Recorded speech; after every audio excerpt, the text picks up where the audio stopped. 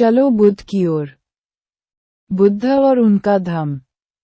Baba Saheb doctor Bhimrao Ambedkar लिखित। Audio editor Manoj Kumar बौद्ध। नमो बुद्धाय। 40 पुत्र अपनी श्रमणचर्या को त्याग दे। गृहस्थी के निम्न स्तर के जीवन को पुनः अंगीकार कर ले। भोग भी भोग और पुण्य भी कर। 41 रफपाल का उत्तर था, गृहपति, यदि मेरा कहना मानो तो सोने के इस सारे ढेर को गाड़ी में लदवाकर बीच गंगा में फेंकवा दो। ये किस लिए? क्योंकि इससे तुम्हें दुख, दौर्मनस्य, क्लेश, मन, शरीर की पीड़ा और कष्ट ही होने वाला है।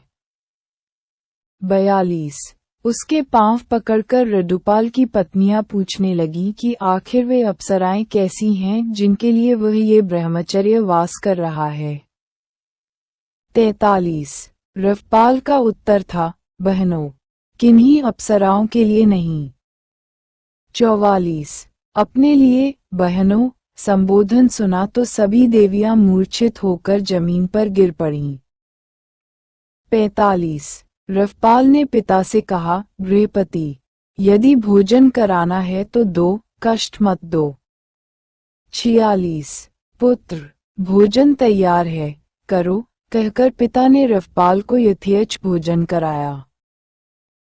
47 भोजनांतर रफपाल कुरु नरेश के मृगोद्यान में चला गया और वहां पहुंचकर मध्याह्न की कड़ी धूप के समय एक वृक्ष की छाया के नीचे बैठ गया।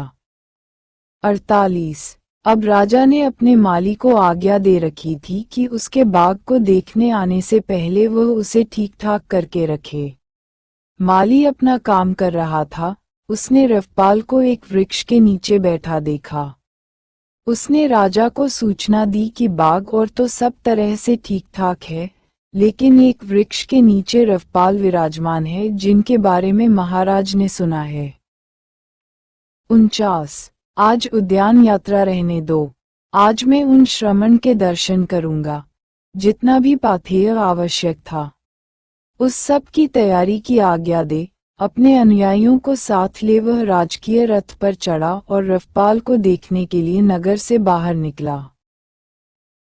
50 जहां तक रथ से जाना संभव था, वहां तक रथ से जाकर और आगे पैदल चलकर अपने अनुयायियों सहित राजा वहां पहुंचा जहां रटुपाल विराजमान थे। कुशल क्षेम की बातचीत हो चुकने पर स्वयं अभी भी खड़े हुए राजा ने रफपाल को फूलों की एक ढेरी पर बैठने का निमंत्रण दिया। 51 नहीं राजन, आप वहां बैठें, मैं अपने स्थान पर बैठा हूँ। 52 संकेत किए गए स्थान पर बैठकर राजा ने कहा, रफपाल, 4 तरह की हानियां हैं जिनके कारण आदमी दाढ़ी मूंछ मुंडवा काशाय वस्त्र धारण कर घर से बेघर हो जाते हैं। क बुढ़ापा, ख गिरता हुआ स्वास्थ्य, ग दरिद्रता, घ निकट संबंधियों का मरण। 53 एक आदमी को लो जो वृद्ध होने पर, बहुत आयु प्राप्त हो जाने पर, जरा जीर्ण हो जाने पर, अंतिम समय के नजदीक आ पहुंचने पर उसे या तो और कमाने में कष्ट अनुभव होता है या जो कुछ उसके पास है उससे गुजारा नहीं चलता, तो वह घर से बेघर होने का निश्चय कर लेता है। इसे बुढ़ापे से उत्पन्न होने वाली हानि कहते हैं। लेकिन तुम्हारी तो अभी चढ़ती जवानी है, काले काले केश हैं जिन्हें सफेदी छू भी नहीं गई है, सुंदर तारुण्य है, तुम्हें तो वार्धक्य से उत्पन्न होने वाली किसी हानि का खतरा नहीं। तुमने क्या जाना, देखा या सुना है कि तुम घर से बेघर हो गए?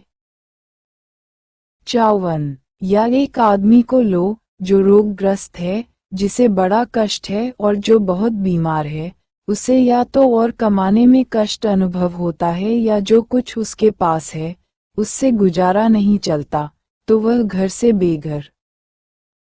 114 बुद्ध और उनका धम्म। बुद्ध और उनका धम्म। बाबा साहेब डॉक्टर भीमराव अंबेडकर। ऑडियो संपादक मनोज कुमार बौद्ध। नमो बुद्धाय।